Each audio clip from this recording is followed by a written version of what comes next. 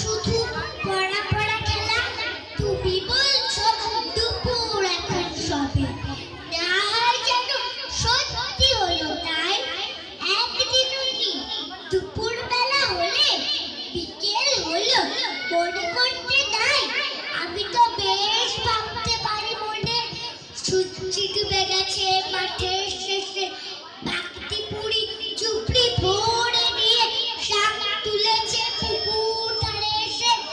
আদার হলো মাদার গাছের তলা, কালি হয়ে এলো দিঘির চর। হাটের থেকে সবাই এলো ফিরে, মাঠের থেকে এলো চাষির দল।